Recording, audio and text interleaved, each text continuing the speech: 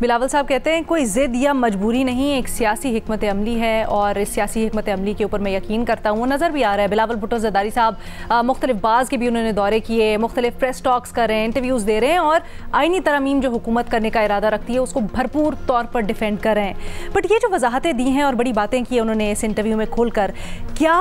मंसूर अली शाह से मुतल्लिक़ खदशात आईनी तरमीम को जवाज़ फराहम करते हैं, हाँ या नहीं? हमारे पैनल पर आज हमारा साथ दे रहे हैं उमर चीमा साहब, सोहेल वड़ैत साहब, शहजाद इकबाल साहब और सलीम साफ़ी साहब भी हमारे साथ मौजूद हैं।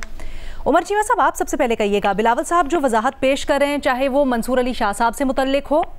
और जजेस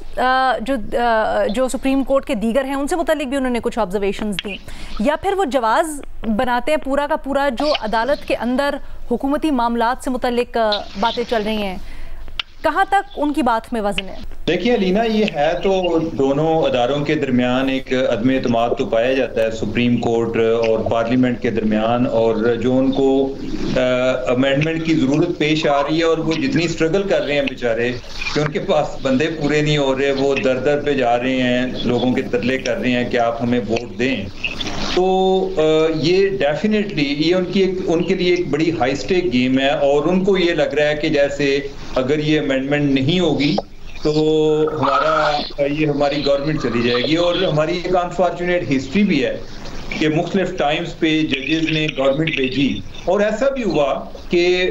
लगा कि जो फैसला है वो बड़ा अनफेयर था। अभी रिसेंटली जो जस्टिस अनवर ज़हीर जमाली हैं, साबिक चीफ जस्टिस, उन्होंने पनामा पेपर के हवाले से जो फैसला था जो 3 जजेस ने किया था वो कामा वाला, उस पर भी उन्होंने बड़ी तनकीद की कि वो किस तरह उन्होंने उसको केस में शामिल कर लिया जिधर उसका जिक्र ही नहीं था। और अभी भी जो बिलावल बात कर रहे हैं उसमें जो उन्होंने बात की कि हमने इनको आईनी तरमीम दिखाई और उसके बाद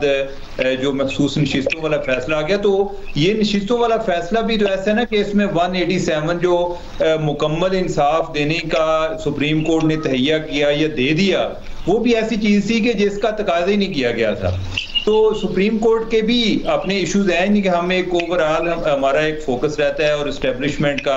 इस मुल्क की जो पॉलिटिक्स है उसमें बड़ा एक अहम रोल रहा है, लेकिन कोई जुडिशरी का भी कम नहीं रहा। अभी जो बिलावल ने बात की है कि कुछ जजेस ऐसे हैं कि जिनसे एक खतरा है, वो बात दुरुस्त है। हालांकि अगर वैसे मंसूर अली शाह साहब को देखा जाए तो शाह साहब जो हैं वो उतने जो जेट ब्लैक नहीं है, यानी कि जिस तरह बाकी लोगों के बारे में एक राय दी जाती है ना कि वो पीटीआई के सपोर्टर हैं बड़े, या एक खुल के जिनकी कोई लॉयल्टी बड़ी बियॉन्ड एनी डाउट है, शाह साहब का ऐसा नहीं है। शाह साहब का जो तरमीम वाला मसला था, नैब तरमीम तो शाह साहब से मसला क्या है? क्या कह रही हैं? तो फिर शाह साहब से मसला क्या है सर? शाह साहब अलीना देखिए, ओवरऑल जो एक इस टाइम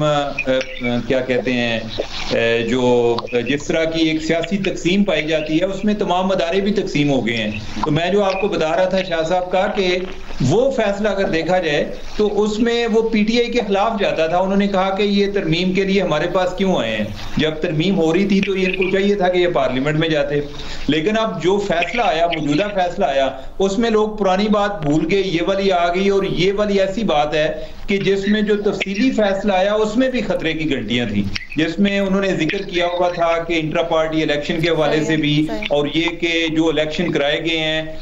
वो ठीक नहीं हुए, उसमें इशारे थे। और साथ उन्होंने कहा कि 1-2 केसेस ऑलरेडी सुप्रीम कोर्ट में पड़े हुए हैं, लिहाजा हम अभी डिटेल में नहीं जाते। तो उससे उनके तेवर नजर आ रहे थे कि वो बाद में लग सकते हैं, और गवर्नमेंट जो है उसके पास अब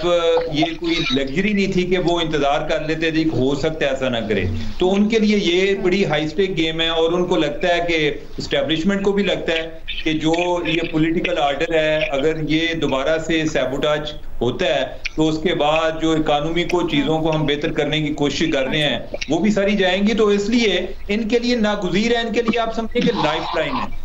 जो आईनी तरमीम है बेसिकली ये एक सुप्रीम कोर्ट पर अदम एतमाद है अगर एतमाद होता तो मेरा नहीं ख्याल कि कोई इतनी ज्यादा इनको तगोदो करते ऐसे टाइम पर कि जब इनके पॉलिटिशियंस को तो है, बट एस्टैब्लिशमेंट को भी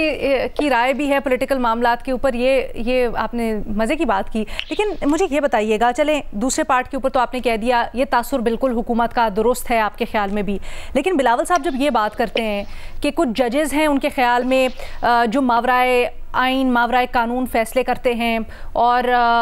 वो बिल्कुल नहीं टॉलरेट किया जाना चाहिए और मंसूर शाह साहब उनको कंट्रोल नहीं कर सकते, तो ये बात क्या जायज़ है? अलीना, इस टाइम कोई भी ऐसा बंदा नहीं है हमारी सियासत में हो या जुडिशरी में हो या किसी और अदारे में हो कि जिसको एक मुकम्मल एतमाद हासिल हो, इवन अपने अदारे का। तो इतनी ज्यादा तकसीम है और ये तकसीम जो इवन जुडिशरी में आई है वो भी हम देख रहे हैं कि 2-3 जो चीफ जस्टिस साहबान का टेन्योर है उसमें हमने देखी है। अगर वो लोग इस पोजीशन में नहीं थे कि अपने साथियों को कंट्रोल कर पाए तो अभी जस्टिस मंसूर अली शाह जो हैं उनका भी ऐसा नहीं था, यानी कि इनका जो जस्टिस मुनीब हैं या और कई उनके हम ख्याल लोग हैं तो वो तो यानी कि मेरा नहीं ख्याल कि इनके साथ कोई इनका कोई वो इनके कंट्रोल में है। सादा अल्फाज में कि कुछ लोग या एक कोई शख्स या कुछ अफराद या जजेस को कंट्रोल करने के लिए पूरा ढांचा अगर तब्दील हो जाए अदालती तो उसमें कोई कबाहत नहीं है, आपको लगता है वो जस्टिफाइड है? नहीं, कबाहत या जस्टिफाइड वाली बात नहीं है, यानी कि अल्टीमेटली ये है कि मैं तो आपको खतरात की बात कर रहा हूँ, अच्छा। एक अदम एतमाद की बात कर रहा हूँ। ये कुछ अफराद का मसला नहीं है। अगर कुछ अफराद पूरा सिस्टम लपेट दें तो जो सिस्टम के स्टेक होल्डर होते हैं उनके लिए तो वही कुछ अफराद जो है वो खतरा होते हैं ना, उनके अलावा उनके लिए कोई खतरा नहीं होता। शहजाद इकबाल साहब, ये आखिरी वाली बात उमर चीमा की बड़ी इंपॉर्टेंट, क्या आप इससे इत्तेफाक करते हैं? अलीना, बहुत शुक्रिया। देखिए, मैं पहले जो असल सवाल है जो मामला है उस पर आना चाहूंगा, क्योंकि देखें ये आईनी अदालत के हवाले से बिलावल भुट्टो ज़रदारी ने कई इंटरव्यूज दिए हैं और उस वक्त वो जवाब जो पेश कर रहे थे वो ये था कि इतने सारे पेंडिंग केसेस हैं सुप्रीम कोर्ट में कि वो बैकलॉग खत्म करने के लिए आपको आईनी अदालतों की जरूरत है, क्योंकि 90% टाइम सुप्रीम कोर्ट का आईनी मामला सियासी मामला में गुजर जाता है, जो कि बात ऑब्वियसली कहीं से फैक्चुअली साबित नहीं होती क्योंकि ऐसा कोई डेटा मौजूद नहीं है, बल्कि लोगों की राय इससे बरक्स है कि 90% टाइम नहीं निकलता है पॉलिटिकल केसेस और आईनी केसेस में। तो पहले तो ये जवाब था, लेकिन अब आहिस्ता आहिस्ता ऐसा लगता है कि बिलावल साहब जो है वो अपने कार्ड्स शो कर रहे हैं और बाकायदा मंसूर अली शाह साहब पे उनका अदम एतमाद लगता है। वो कहते तो हैं कि मेरी बड़ी रिस्पेक्ट है, लेकिन पहले एक इंटरव्यू में ये कहना कि अदलिया को जब बताया गया इस अमेंडमेंट के हवाले से तो उस वक्त उन्होंने कुछ नहीं एतराज किया, उन्होंने कहा ये पार्लियामेंट का फैसला है, लेकिन बाद में जो है रिजर्व सीट का फैसला आ गया और हुकूमती जो जमातें उनकी सीटें कम कर दी गई। फिर ये जो कल इंटरव्यू दिया उसमें वो कह रहे हैं कि मंसूर अली शाह साहब उस तरीके से कंट्रोल नहीं कर पाएंगे। एक तो मैं समझ नहीं पा रहा हूँ कि ये कंट्रोल क्यों करना होता है। चीफ जस्टिस या तमाम जजेस जो है दे ऑल आर इक्वल। जब आप ये कहते हैं कि वो कंट्रोल नहीं कर पाएंगे तो मुझे समझ नहीं आया कि एग्जैक्टली वो कहना क्या चाह रहे हैं। जो वो ये कह रहे हैं कि माजी में कुछ सियासी फैसले हुए हैं जजेस की जानिब से, जिसमें 63A की मिसाल दी, प्रैक्टिस एंड प्रोसीजर एक्ट की मिसाल दी, और वो अगर उनकी मिसालें हैं तो 63A वाले मामले पे तो मंसूर अली शाह साहब जो है वो काजी फाइजर साहब के साथ खड़े रहे। वो फैसला तो मुनीब अख्तर साहब ने लिखा था, एतराज मुनीब अख्तर साहब पे हो सकता है। इस वक्त भी जो रिव्यू बेंच बना था इसका, उसमें पहले मंसूर अली शाह साहब को डाला गया था, बाद में फिर काजी फाइजर साहब ने उनको नॉमिनेट किया था, बाद में फिर वो बेंच दोबारा तब्दील हुआ और उसमें मंसूर अली शाह साहब का नाम नहीं था। तो जो 63A वाला मसला है उस पर तो जो हमें पता है जब बंदियाल साहब के टाइम से ये फैसला आया था तो उस वक्त जजेस की डिवीजन क्या थी। जो अभी उमर चीमा भी जजेस की डिवीजन की बात करें तो उसमें काजी फाइजर साहब तो तमाम मामला पर मंसूर अली शाह साहब के साथ खड़े होते थे या मंसूर अली शाह साहब काजी फाइजर साहब के साथ खड़े होते थे। वो जो बंदियाल कैंप था वो तो एक डिफरेंट कैंप था, उसमें तो मंसूर अली शाह साहब नहीं थे। तो इसलिए मुझे एक तो ये बात समझ नहीं आ रही। दूसरा जो है अगर वो ये कह रहे हैं कि ये सियासी फैसले तो फिर सियासी फैसला तो रिजर्व सीट को भी कहते हैं बिलावल भुट्टो ज़रदारी साहब कि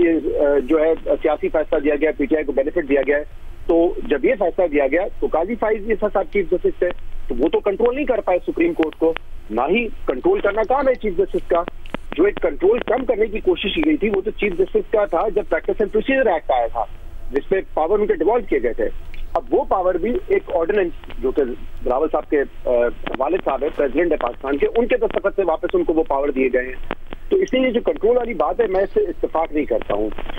और मिसालें इसकी ले लें आप, अगर आप सिंबल वाला जो फैसला था जो काजी फाइजर साहब ने दिया था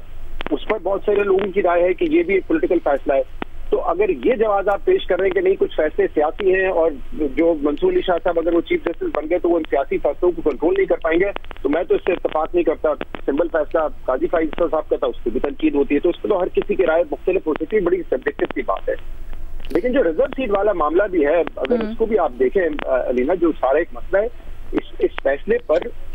याहिया आफरीदी का एक इख्तलाफी नोट था, कुछ जजेस ने और इख्तलाफ किया था, लेकिन यहाँ पे आपको बहुत सारे ऐसे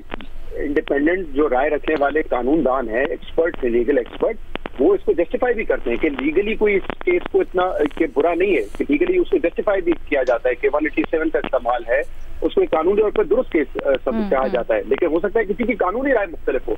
लेकिन आप ये कैसे कह सकते हैं कि ये पॉलिटिकल फैसला था और ये फैसला इसलिए किया गया ताकि रिजर्व सीटें जो है कम कर दी जाए। मैं तो इस हद तक अलीना वैसे कहना चाहूंगा, लेट सपोज एक मफरूजा है, बिलावल साहब की बात अगर दुरुस्त मान ले या जो तनकीद करें उनकी बात दुरुस्त मान ले कि ये एक सियासी फैसला था। इस सियासी फैसला के पस मंजर क्या है? एक शख्स जिसको नजर आ रहा है कि उन्होंने पहले हाई कोर्ट में सर्व किया, फिर हाई कोर्ट के चीफ जस्टिस के तौर पर सर्व किया, फिर सुप्रीम कोर्ट में इतने साल सर्व किया, महीने 2 महीने पहले जब वो अपने कैरियर में पीक पे पहुंचना जा रहे हैं, वो चीफ जस्टिस ऑफ पाकिस्तान बनने जा रहे हैं, उससे पहले अगर हुकूमत एक ऑर्डर डिस्टर्ब करे,